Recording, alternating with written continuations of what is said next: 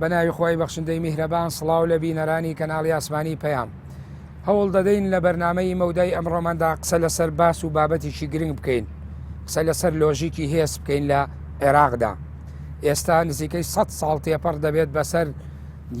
یا بیرەوەری دامەزراندنی سوپای عێراقی لە 6 کانونی دووەمی ساڵی 1920 سوپای عێراق دادەمەزرێ. ئەم سوپایە لە دوای کۆتایی هاتنی جەنگی یەکەمی جیهانی و هەروەها لە دوای ئەوەی کە پارچەکانی کوردستان دابەشەکرێ ئەم سوپایە دائەمەزێ لە سەردەمی مەلیکێکا کە مەلیکێکی هاوردەکراوی دەرەوەی عێراقە. ئێمە هەوڵ دەدەین لە بەرنامەی مەودای ئەمڕۆماندا قسە لەسەر شێوازی دامەزراندنی سوپای عێراقی بکەین و قسە لەسەر لۆژیکی هێز بکەین. ئایا لۆژیکی هێز بە تەنیشتیەوە هێزی لۆژیک پیادەکراوە لە عێراقدا لە دوو قۆناغی جیاوازی سەردەمی پاشایەتی و کۆماریدا سوپای عێراق یاخود ئەو هێزانین کە لە عێراقا دروستکراون بەشێکی زۆری بۆ سەرکوتکاری خەڵکی عێراق دروستکراون یاخود بەشێکی لەگەڵ وڵاتانی دراوسێدا بەشەڕ هاتوون تا چەند ئەم هێزانە لە خزمەتی خەڵکی عێراقیدا بوون. ئایا بەپێی دابەش بوونە جیاوازە ئیتنی و نەتەوەی و مەزهەبیەکان سوپای عێراق بۆ خۆی دابشکاریەکانی ئەوش دابش بوو بەسەر هێز و مەزهەب و نەتەوەی جیاوازە یاخود ئەمە نوێنەرایەتی ڕاستەقینەی عێراقیەکانی کردووە. ئەم سوپایە لە دوای شۆڕشی 14 تەموزی ساڵی 1958 دەکەوێتە گیانی خەڵکی عێراق لە کاتێکا کە لە ناو هەناوی شۆڕشە لە ناو هەناوی سوپای عێراقیەوە کودەتا دروستەبێ و ڕژێمی پاشایەتی ئەگۆڕێ بە ڕژێمی کۆماری. بەڵام سەرکوتکاریەکانی کورد لە سەردەمی سوپای عێراقیدا دەگاتە لووتکە کیمیایی باران، ئەنفال، ڕوخانی گوندەکان هەموو ئەمانە بۆ خۆیان کۆمەڵێک ڕووداوی گرنگن کە لە ژێر سایە و سێبەری ئاڵای عێراق و سوپای عێراقیدا دروست بوون. ئایا تا چەند کورد ئەمە بە بەشێک لە مێژووی خۆی دەزانێت؟ ئەمانە کۆمەڵێ باس و تەوەری گرنگن. ئەمڕۆ هەوڵ دەدەین لە بەرنامەی مەودادا لێرە لەناو ئەم ئالیاتە سەربازیانە کە پاژماوەی سوپای عێراقین قسە و باس و گفتوگۆیان لەسەر بکەین.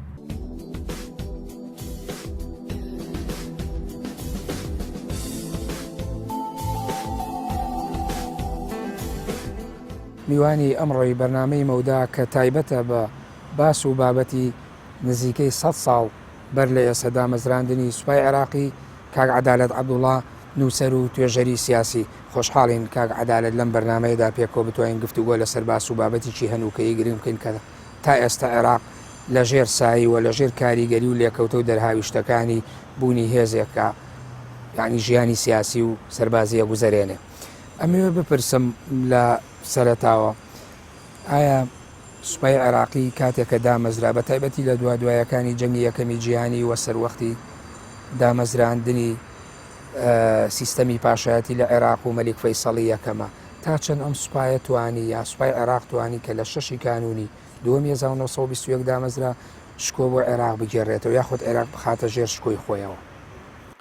خۆی سوپا وەکو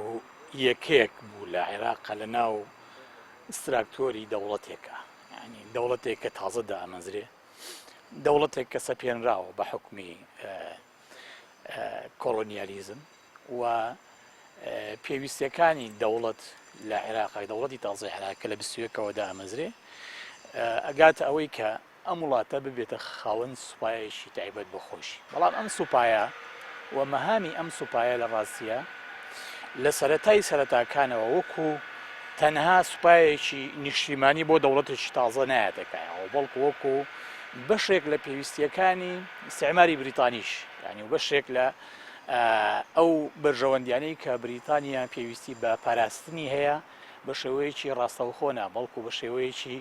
ناڕاستەوخۆ ئەوش لە ڕێگەی سوپایە کە وەلایی هەبێ بۆ ئینگلیز و ببێ بە بەشێک لە نفوزی ئینگلیز لە عێراق. لێرەوە ئەگەر تۆ تەماشای بکەی لەبەرەوەی عێراق لە دوای کۆتایی جەنگی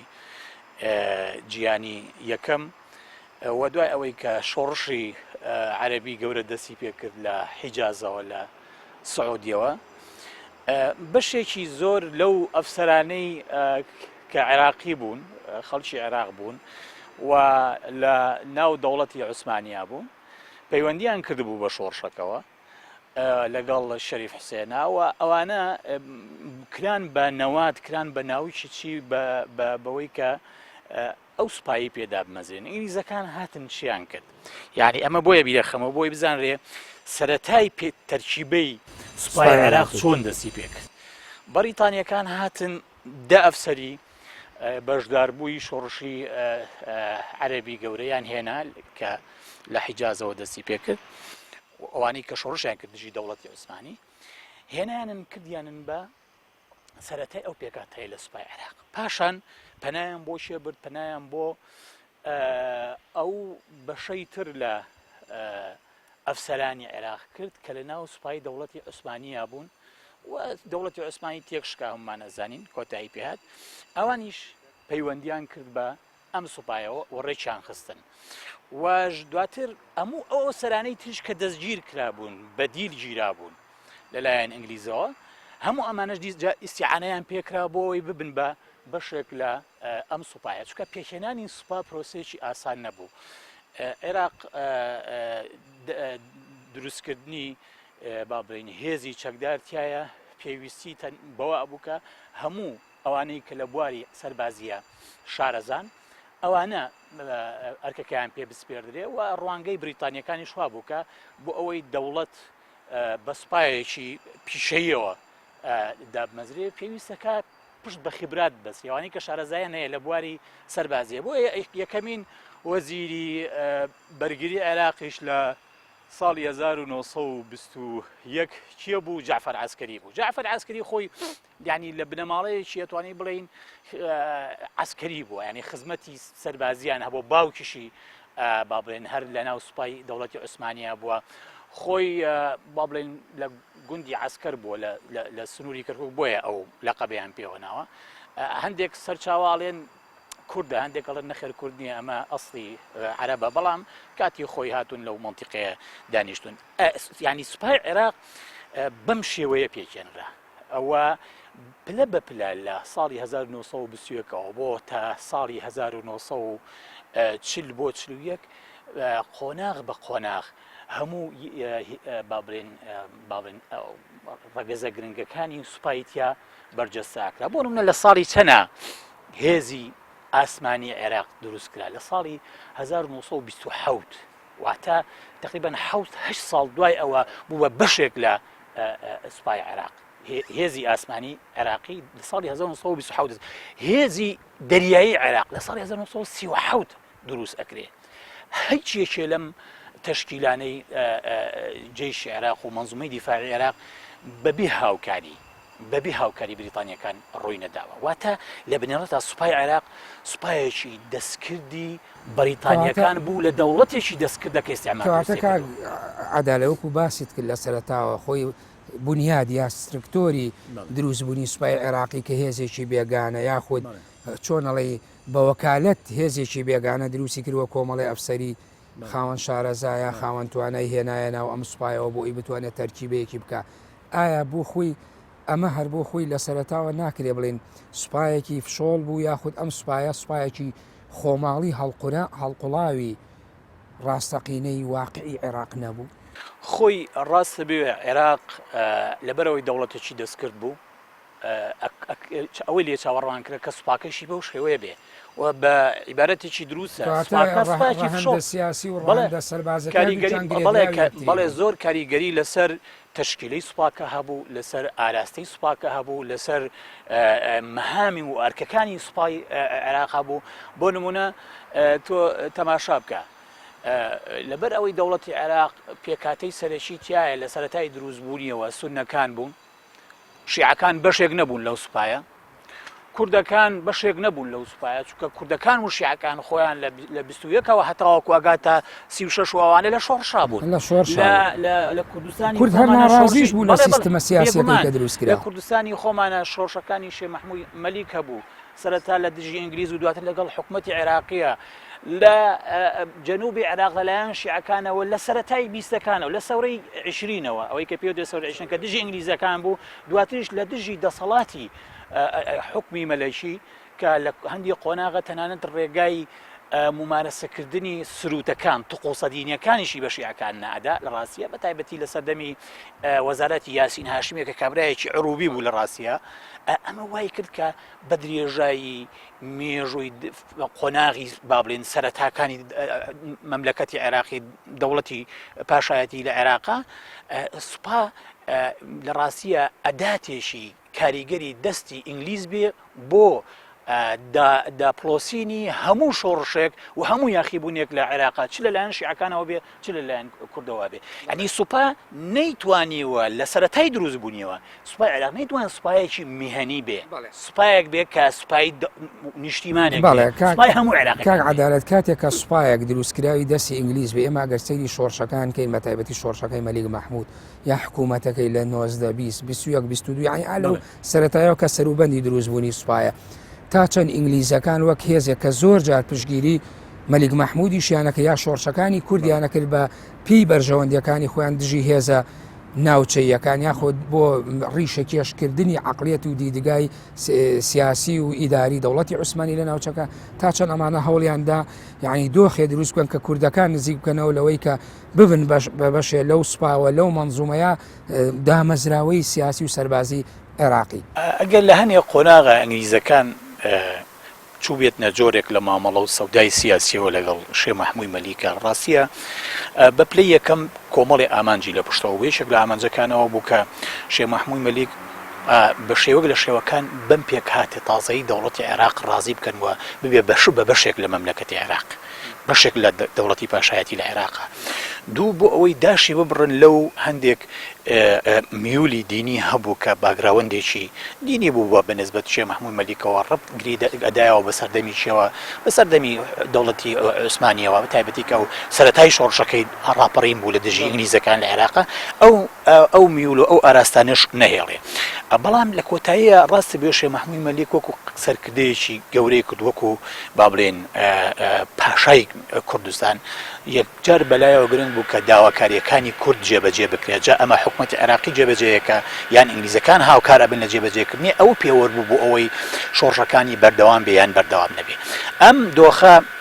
وەکو هەمومان ئاگادارین وای کرد کە لە شەڕی دەربەنی بازیانە بەداخەوە کە شەڕێکی زۆر زۆر گەورە بۆ شەڕێکی قارەمانانە بوو لە سەردەمی حکومەتی کوردستانە شێ مەحمووی مەلیک بریندار ببێەوە دواتر دەستگیر بکرێ و پاشانیش ئەمری تەنانەت لە سێدارەدانی بوو دوایی گۆڕیان بۆ نەفی کرد و نەفیکردنی بۆ هیندووانە کەواتە ئینگلیز زۆری بەداوە مەبەست بوو لە ڕاستیەکە لە هەموو دۆخێکە ئەو دەوڵەتەی کە سەرەتا سەپاند بووی وەکو بەشێک لە پرۆژەی ئیستعمار ئەو دەوڵەتە هەموو پێکاتەکانی خەڵکی عێراقی لە دەور کۆ بکاتەوە بۆیە ئەگەر تەماشا بکەی لە قۆناغی دواترە سوپای عێراق پلە بە پلە هەڵ ئەدرا ئەگەر بە شێوەیەکی لە هەندێک جونگەی دیاریکراوی شابێ لە ناو سوپاکە هەڵ ئەدرا کە چی بکرێ بەشێک لە شیعەکانیش بێنە ناو سوپای عێراقەوە و کۆمەڵێک مەراتبی عسکەری وەربرن بەڵام بەبێ ئەوەی با بڵێن شوێنە حساسەکانی سوپاکیان بەدەست بێت بەڵێ بەڵام کاک عەدالەت ئێمە ئەبینین لە هەناوی ئەم سوپایەوە کودەتا دروستە بێ بێگومان کاتێکیش کە کودەتا دروست بوو حتمما ناڕەزایی هەیە سوپای ئەفسەرە ئازادی خوازەکان لە ناو جێیشی عێراقیا بڵین ئەفسەرە ئازادی خوازەکان هەسان کودەتایەکیان دروست کرد لە 4 تەموزی ساڵی 1950 دیارە ئەمە بۆ تا ڕادەیەک لە ئەگەر لە ڕووی کەلتوریوە بڵین بۆ گۆڕینی عقلێتێک بوو کە عقلێتی پاشایەتی و ئەو ئیستیبدادەی سوپای عێراقی لە سەردەمی پاشایەتیە هەیبووە سیستەمێکی نوێ کە سیستەمی کۆماری بوو هاتەکایەوە ئایا بۆ خۆی ئەمە دیدگاکانی گۆڕی یاخود گۆڕانکاری کرد لە ناو سوپای عێراقیە کە لە کاتێکا لە هەناوی سوپاوە ئینقیلاب دروستە بێت ئەگەر سەرنج بدەی ینی سوپای عێراق لەبەر ئەوەی لە مێژوویەکە دروست بوو لە سەر ئاستی جیهان بە مێژووی بیان بە عەسری ئایدۆلۆژیەکان ناو ئەبرێ چەند ئایدۆلۆژیایەکی گەورە کاریگەریان لەسەر ئاراستە و وەزیفەی سوپا هەبوو لە عێراقەوە بەداخەوە تەنانەت بوو وای لێ کرد بوو کە سوپا ببێ بە بەشێک لە ئەو ئامانجانی کە نیزامی سیاسی هەیەی لە عێراق جاچ لە سەردەمی مەلەکیە بێ یان لە سەردەمی کۆماریەکانە بێ حتا لە سەردەمی مەلەکیەتەوە تەماشا بکە تەماشای ئینقیلابەکەی بەکر سدقی بکە ئەو ئینقیلابی کە کردی و حکمە سلێمانی هێنایە سەر حکوم و یاسین هاشمی دوورخستەوە یعنی بەکر سدقی لە تەماشا بکە هەندێک سەروەری بۆ سوپای عێراق کە لە مێژووی عێراقە تۆمارەکرێ بەشێک لەو ڕووداوانەی کە لەو مێژووە ڕوویداوە و بەشێک لە سەروەری بۆ سوپای عێراق لە قەڵەمەدەی لە ڕاستی لە هەمان کاتە لە ڕوانگەیەکی ترەوە وێنەیەکی ناشرینی بۆ سوپای عێراق دروست کردووە. بەکر سەدقی یەکێکە لەو کەسانەی کە ڕۆڵی گەورەی هەبوو بەتایبەتی کە قایدی فەرقەی دوی عێراق بوو دواتریش لە دوای ئینقلابەکە طبعاً کرا بە سەرۆکی ئەرکانی گشتی سوپای عێراق. بەکر سەدقی لە ساڵی 1933 بە قەتڵ و عامی ئاشوریەکانی کرد لە قۆڵی لە سنووری نینەوە و دووەک هەر قەتڵ و عامی کردن، یعنی ئاشوریەکان قەت ئەمیان لەبیر ناچێت. هەموو مەسەلەکەشەوە بوو دەوڵەتی عێراق لەسەر وەهمی عێراقێکی یەکگرتوو ئەژیا عێراقێک کە نابێت دابەش بکرێ و نابێ ئاشوریەکان داوای حکمی ذاتی بکەن. لێوردەکەی زۆر جا قسە لەسەر کەسایەتی بەکر سەدقیەکرێ لە ڕێوە کوردە یاخود هینە تا چەند بەکر سەدقی زۆر کەس بە عەرەبی ناوە بە پڵام لە ڕاستیە زۆر سەرچاوەشەیەڵێ کوردی دەوری موسڵ کوردەوە خزمی چێە خزمی جعفەر عەسکەری وەزیری دیفاعی پێشووی عێراق کە بە دوو پشت ئامۆزای یەکترن و کوشتی، یعنی بەکر سەدقی لە کاتی ئینقلابەکەیە جعفەر عەسکەری کوشت کە وەزیری دیفاعی عێراقی بوو هەوڵی ئەدا کە هەوڵی دا نامەیەکی بابرین مەلیشی عێراق پاشای عێراق بگەێنێتە دەستی بەکر سەدقی بۆ ئەوەی ئەو دۆخە لە بەریەکەوتنی نێوان بابلین دەوڵەتی حکوومەتی وەزارەتی نوری سەعید و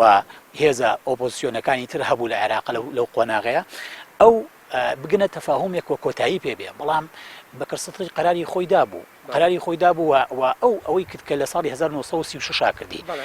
یعنی تەصفیەی سوپای عێراقی کرد لەو کاتەیە هەموو ئەوانەی کە بەڵام ئەتوانین بڵێن کاک عەدالەت یعنی کوردەکانیش بە شێوەیە لە شێوەکان لە ناو بۆتەی کەلتور و عەقڵێتی سوپای عێراقیە توابوونەوە، یعنی ئەو عەقڵێتەوە سەرکوتکاری کە سوپای عێراقی بوو ئەو کوردەش کە ئەچوە ناو سوپاوە بە هەمان پلە و بە هەمان پۆستەوە بە هەمان شێوە سیاسەتی حکوومەتی عێراقی و سیاسەتی عەسکەری دیسپلینی سوپای عێراق لە سەردەمی مەلەکیەتە دیسپلینێک بوو کە بە شێوەیەک لە شێوەکان هەر کەسێک لە شیعە بووە یان لە کورد بووە ئینتیمای بکردە بە سوپاوە بە تەواوەتی پابەند ئەبوو بەوەی کە لە سوپا ڕۆدا. ڕۆکو باسمان کرد ئینگلیزەکانڕانەوە بۆ ئینتیمانە بەڵێ ئینگلیزەکان بە پلەی یەکەم بابلین پاڵپشتی ڕوتێکی لیبرالیانە کرد لە ناو هەموو کۆمەلگای عێراقی و ڕوتە لیبرالی کە هەبوو وەکو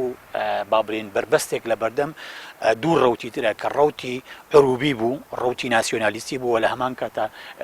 ڕوتی مەزهەبی شیعی و قەومی کوردی بوو. بۆیە سوپای عێراق لە ڕاستیە لە ڕووی دسپلینەوە پلە بە پلە بەرەو سوپایە کە چووکە ببێتە بەشێک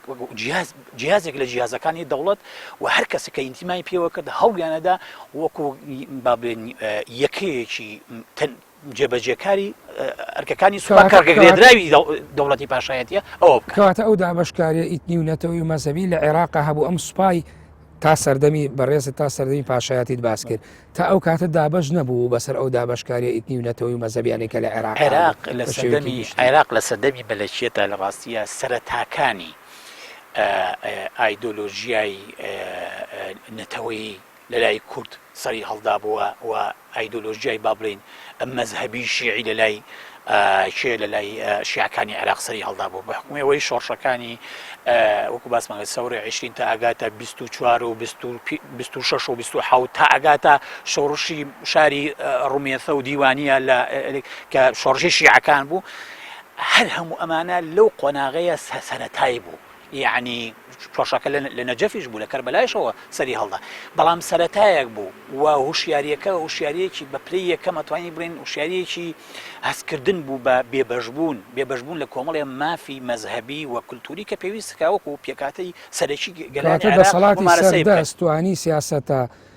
مەزهەبیەکان یا سیاسەتی تا ڕادیەوەی کە بڵێن تایبەت بە کورد عروبەکە هەیبوو پیادەی بکە لە سەردەمی پاشایەتی لە سەردەمی پاشایەتیشە تەماشا بکە، یعنی لە دواتر بۆ نمونە ئێمە تەنانەت بینیمان کە بەکر سەدقیش دوایی بە کەمتر لە ساڵێک لە ڕاستیە بە کەمتر لە ساڵێک ئەویش حکومەکەی کۆتایی پێهات بۆ چونکە ئینگلیزەکان یعنی گەیشتنە ئەو قەناعەتەی کە ئەمە بۆتە جۆرێک لە هەڕەشە لەسەر نفوزی ئەوان دواییش بەکەر سدقی لە 37 اختیار کرا کۆتایی پێنەبە کوژرا دواتر شۆڕشێکی تر دەستی پێکرد ئەم جارەیان لەسەر دەستی چێ لەسەر دەستی یەکێک لە وەزیرەکانی سەردەمی مەلەکێت خۆی کە بەسمان لە شۆڕشەکەی یان ئینقلابەکەی ڕەشید عەلی گەیلانیە لە ساڵی 1940 ئەویش لەبەر ئەوەی باوەڕی بۆ بوو کە عێراق دەستی و دووە بە تەدریجی لەژێر ئینتیدابی بریتانی هاتووە دەرەوە طموحێکی نیشتیمانی هەبوو و ئەم طموحە نیشتیمانی بەداخەوە هەمیشە تێکەڵ بووە بە طموحێکی عروبی و ناسیۆنالیستی. بەڵام کاک عەدالەت ئێمە لە چلەکانە و شۆڕشانەوە دواتر ئەگەر بە شێوەیەکی گشتی لەبەرەوەی ئێماوی بەرنامەکەشمان زۆر نیعیبینە سەردەمی کۆماری ئەتوانین کە پێشتریش پرسیاری ئەوم کرد یعنی تا چەند لە ڕووی بوونیەوە لە ڕووی عەقڵێت و کەلتورەوە یعنی توانرا لە سەردەمی کۆماریە گۆڕانکاری بەسەر ڕۆڵی ئەم سوپایەدا بێ کە لە چەند وێزگا ئەم سوپایە ڕۆڵێکی عروبانە یاخود ڕۆڵێکی مەزەبی گێڕاو بەسەر خەڵکی عێراقیانە بەڵام دوای ناوبڕێک وەڵامی پرسیارەکەم بەرەوە بینەرانی بەڕێز و خۆشەویست ناوبڕێکی کوردی وەردەگرین و دەگەڕێنەوە لاتان.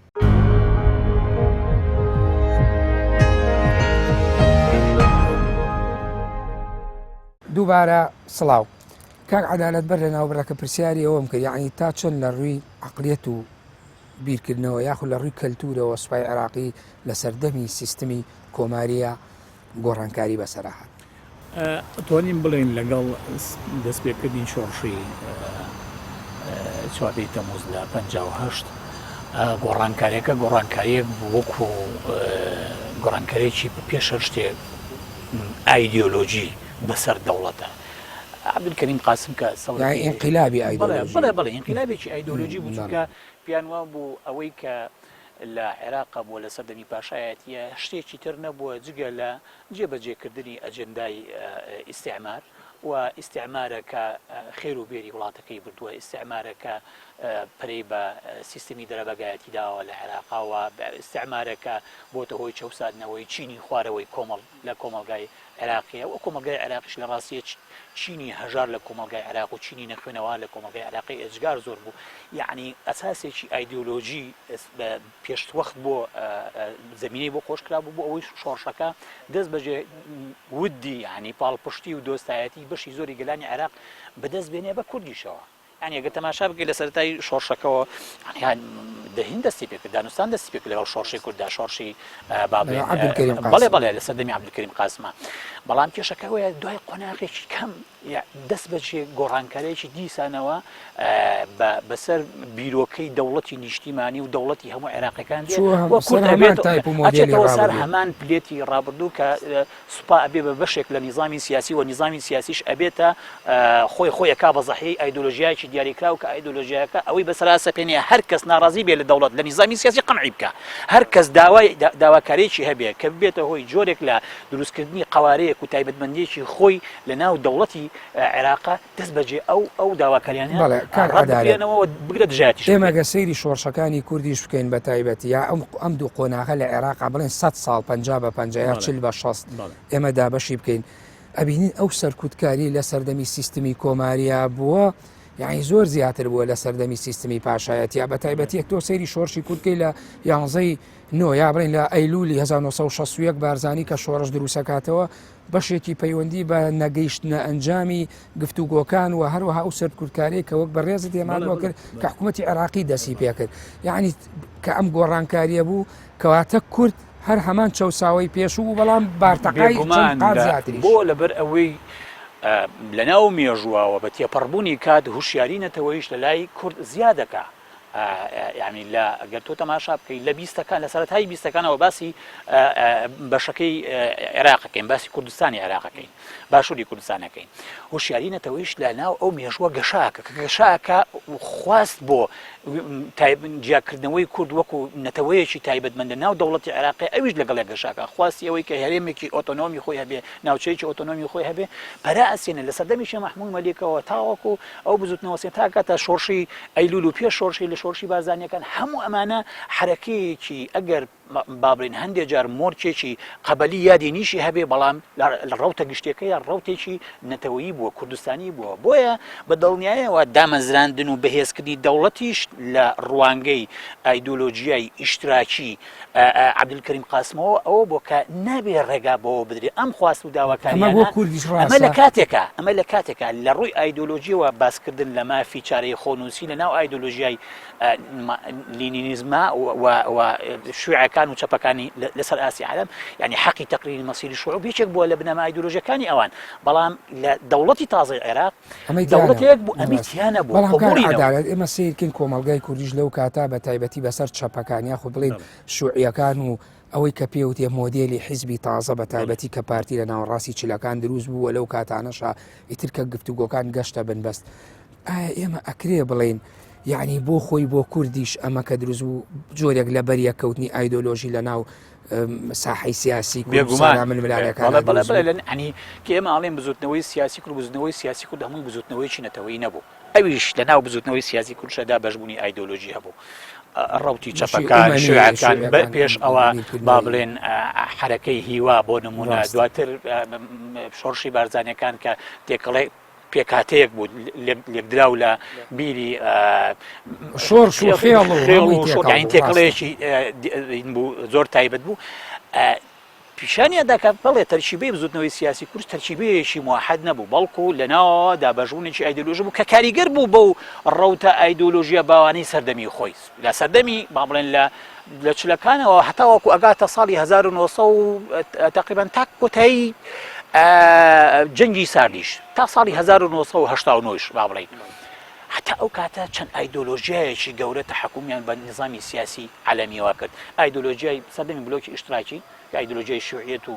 کۆمۆنیزم بوو ئایدۆلۆژیای سەرمایهداری کە ئایدۆلۆژیای لیبراڵ و دیموکراتی ڕۆژئاوا بوو وەلەو ناوەش ئایدۆلۆژیایەکی ئیسلامی لە ناوچەکەی لەسەر جیهانی ئیسلامی کە ئەوش هەرسی ئەم ئایدۆلۆژیای ئەم سێڕەوتە کاریگەریان لەسەر ئاراستەکردن و ڕێخستن و سەر هەڵدان و دواتریش پەیوەندی و ململانی و ناکۆچی نێوان هێزە کوردەکان هەبوو بە دێژای بەڵێ یەکێ لە قۆناغە گرنگەکانی تر کۆتایی هاتن بوو بە شۆڕشی ئەیلولا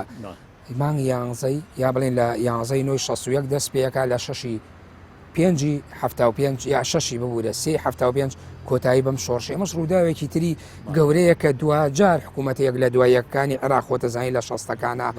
کورد و چاری تەنگژە و سەرکوتکاری و چۆن هەڵی ڕووداوی گەورە ئەبێتەوە بەرامبەر بە حکوومەتی عێراقی ئەمەش بۆ خۆی ئەڵلقەیەکی تری گرنگی سوپای عێراقیە یاخود سەرکوتکاری کوردەکانە کە جێشی عێراقی بە عقلێتێک یا وەکو بەڕێز دوتێت بە ئایدۆلۆژیایەکی سیاسیەوە دێ لە ڕێی سوپاکەیەوە کورد سەرکوتەکە بۆ خۆی ئەمەش قۆناغێکی تری گرنگی نا ئەو مێژوێنی ئەگەر ئێمە بین بیبەسینەوە بە زنجیرەی دامەزانی سوپای عێراقیەوە کە لە ساڵی 1920ەوە دەست پێەکە ئەگەر لە تەماشا بکەی ینی سەردەمی عەبدولکەریم قاسم کە تێپەڕێ و کۆتایی بە و قۆناغش دێ قۆناغی باسیەکان ئینقلابی باسیەکان لە 1960 و دواتریش لە 1960 لە سەردەمی حکمی عەبدولسەلام و دوای بۆ عەبدوڕەحمان عارف و پاشتر بۆ عەبدوڕەحمان بەزاز بەڵێ بڵێ ینی ئەم قۆناغش وەک چۆن هۆکاری سیاسی هەیە بۆ ئەوەی سوپا بەکار بهێنرێ بۆ مواجهەکردن و ڕوبەڕووبوونەوەی شۆڕشەکانی کورد ئاواش هۆکاری ئایدۆلۆژی هەبووە لە ڕاستی ئایدۆلۆژیای بەعس ئایدۆلۆژیایەکی تێکەڵە لە ڕاستیە لە سۆسیالیزم و لە ناسیۆنالیزم کۆکتێلێکە لەم دوو ئایدۆلۆژیایە و هەم دوو ئایدۆلۆژیایە هەردووچیان هیچیان نەباوەڕیان بە ئەوە هەیە کە کراوە بن بەرامبەر بە تایبەتمەندیە کولتوری و نەتەوەی و عێرقیەکان کە لەناو وڵاتە هەیە و لە بەدیوی ئایدۆلۆژیای سۆسیالیزم نەباوەڕشیان بەوە هەیە کە تۆ ببی بە وەکو ببی بە با بڵێن بەشێک لە ڕەجعیەت لە وڵاتەوە بوعدی ئومەمی خۆت بدۆڕێنی ینی هەردوو ناسیۆنالیزمی هەردوو ڕەوتە ئایدۆلۆژیەکە هەم ناسیۆنالیزمی عەرەبی و هەم سۆسیالیزمی و کۆمۆنیزم کە جزئێک بوون لە ئایدۆلۆژیای بەعس ڕۆڵێکیان هەبوو بنەمایەکی فکری گەورە بوون بۆ ئەوەی سوپا بەکار بهێنرێ و بیانوو بدرێ و ڕەوایەتی بدرێ بە چەسادنەوەی کورد و بە مواجهکردنی شۆڕشەکانی گەلی کورد بۆیە چاوەڕوانکراو بوو لە ڕاستیە کە لە قۆناغی یەکەمە بەعسیەکان بچنە مفاوەزاتەوە لەگەڵ کوردەوە ڕێکەوتنامەی ئازار 11 ئازار بکەن لە ساڵی 1970 بۆ 74 ئەو قۆناغا بەنسبەت بەعسەوە قۆناغی تەسیسکردن و بەهێزکردنەوەی پێگەی دەوڵەت بوو لە عێراق بۆیە پێویستیان بە جۆرێک لە سازشکردن هەبوو لەگەڵ شۆڕشی ئەیلولەکە شۆڕشی ئەیلول شۆڕشێکی بەهێز بوو لە ڕاستیە تۆ مێژووی هەموو ئەو سیستەمانە خوێنیتەوە تەنانە لە پاشایەتیشەوە هەر لە سەرەتاوە یعنی هەمویان مەرحەلەی یەکەمی هەتاوەکو پایەکانی دەسەڵاتیان بەهێزکردووە هەتاوەکو بازووی جێیش ئەستور بووە یاسوپا ئەستور بووە هەمویان سەرەتا نەرمیەکیان لەگەڵ کوردانوانەوە و کوردیش چۆتە پێشەوە ئێمە ئەکرێ بڵێن یعنی بۆچی کورد نەیتوانی و تێ نەگەی لەم سوپایە لەم سیستەمە سیاسیە تاوەکو ئەو کاتانەژۆکو بەڕێزت هێمات بۆ کە تاوەکو ساڵی 74 ئیتر کە کۆتایی پێدێ و لە 75 جا بە پەیمانی جەزایر کۆتایی دێت بۆ کورد نەیتوانی پەندیش لەمەوە بگرێت خۆی پێشە لە پەندۆرگرتنەکەیە چیە بەنسبەت کوردەوە ئەبواە هەموو ئەم سیستەمە ئەم نظامە سیاسیانە بەڕاستی تاقیب کاتەوە بە تایبەتی کە کورد لە مامەڵەکردن لەگەڵ ڕژێمەکە یەک لە دواییەکانی عێراق تووشی ناومێدی گەورە بوو بە بەردەوامی چاوەڕوانی ئەوە بوو مێژوویەکی دیاریکرا و بێتە پێشەوە کەتیایە ئەو شەڕە خوێناویە کۆتایی پێ بێ وە شۆڕشەکانی کورد بە نەتیجە بکەن بۆ بەڕاستی ماندوو بوو ڕاستە شۆڕشی ئەیلول لە ساڵی 1960 لە ڕاستیە تاوەکو ئەگاتە هەفتە سوپای عێراق وێرانەکات یعنی سوپای عێراق زۆر زۆر لاوازە بێ لە بەردەم شۆڕشی کوردە بەڵام ئەو شۆڕشە پێویستی بەکە نەتیجەیەکی هەبێ بۆیە کاتێک کە بەعسیەکان چونە ناو مفاوەزاتەوە لەگەڵ شۆڕشەوە گەیشتنە ڕێکەوتی و بەیاننامەی 11 ئازار بەنسبەت کوردەوە ئەوە سەرەتایەکی باش بووە بەدەستهێنانی مافەکانی گەلی کورد لەناو بۆ نمونە قوانین و دەستوری عێراق باسی ئەوە کە کورد نەتەوەی دووەمە لە عێراق و کورد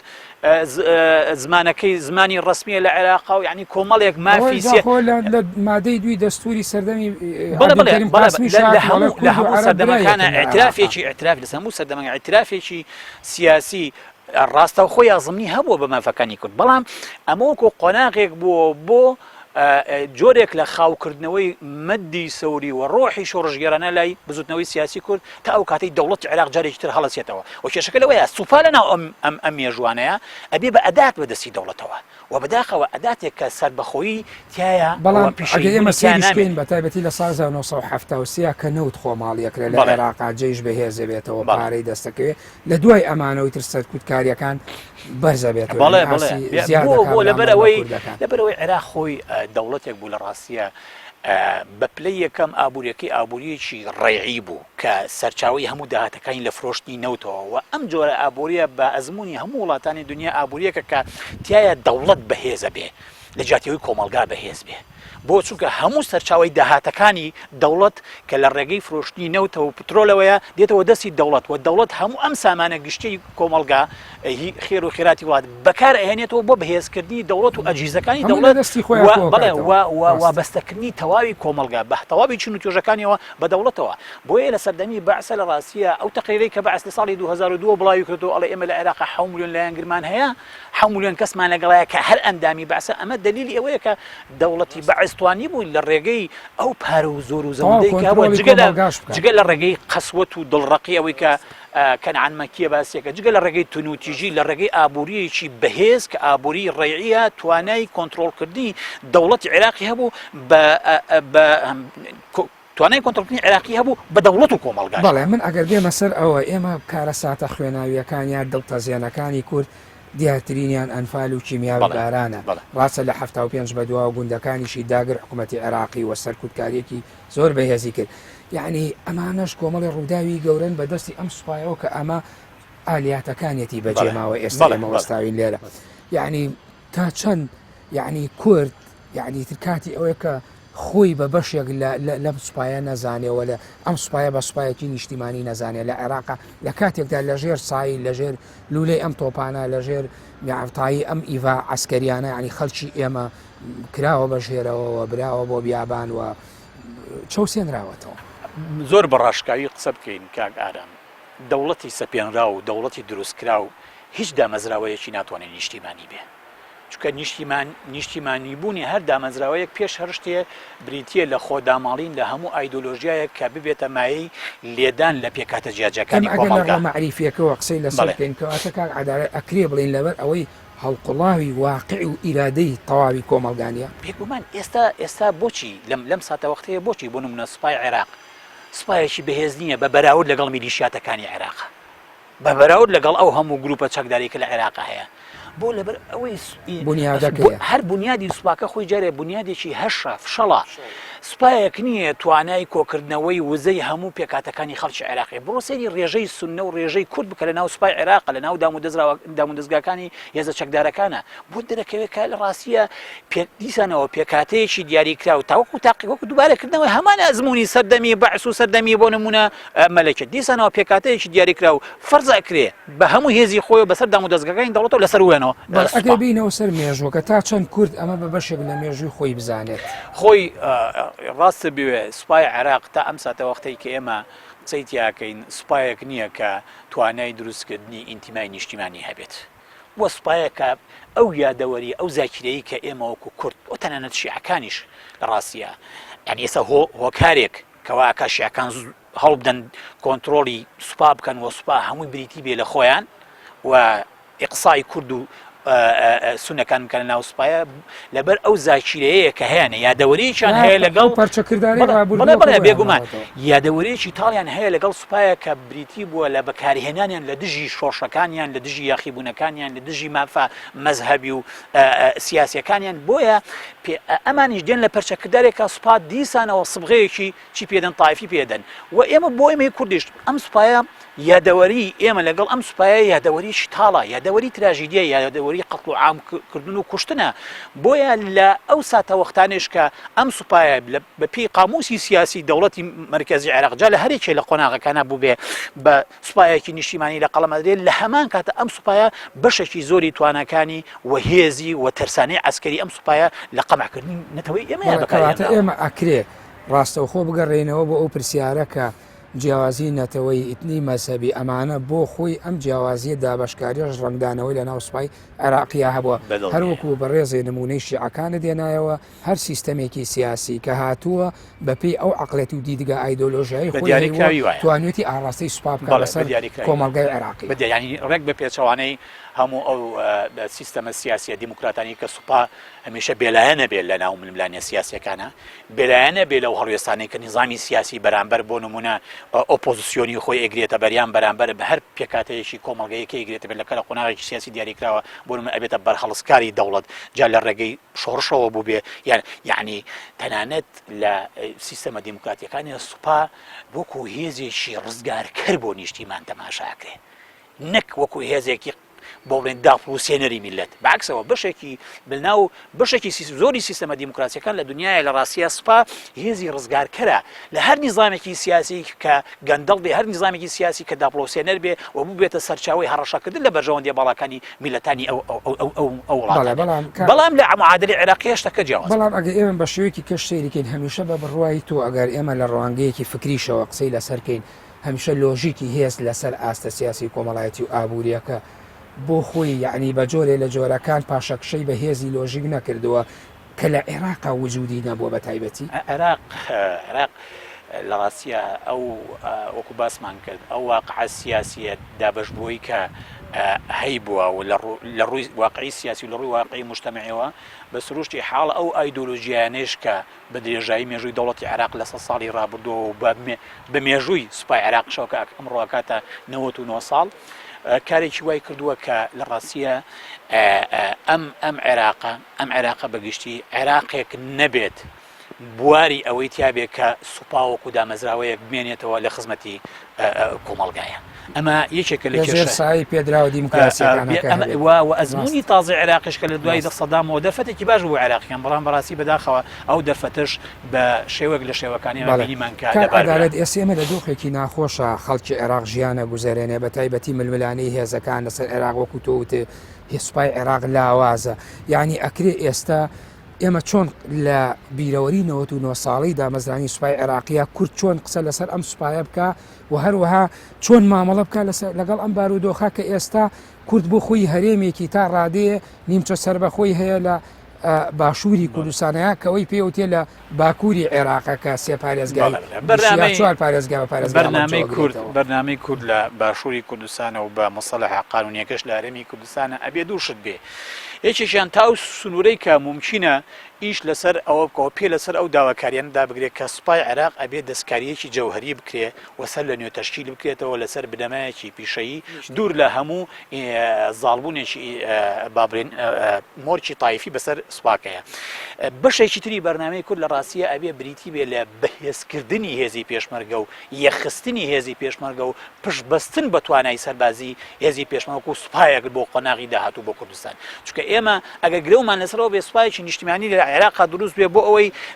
دڵنیا بین لەوەی کە جارێکی تر بەدەستی ئەو سوپایە ناچەوسێنەوە لە ڕاستیە لە سایی دەوڵەتێکی بە زۆر سەپێنراوی دەوڵەتێک کە هەر جارێک بۆ نمونە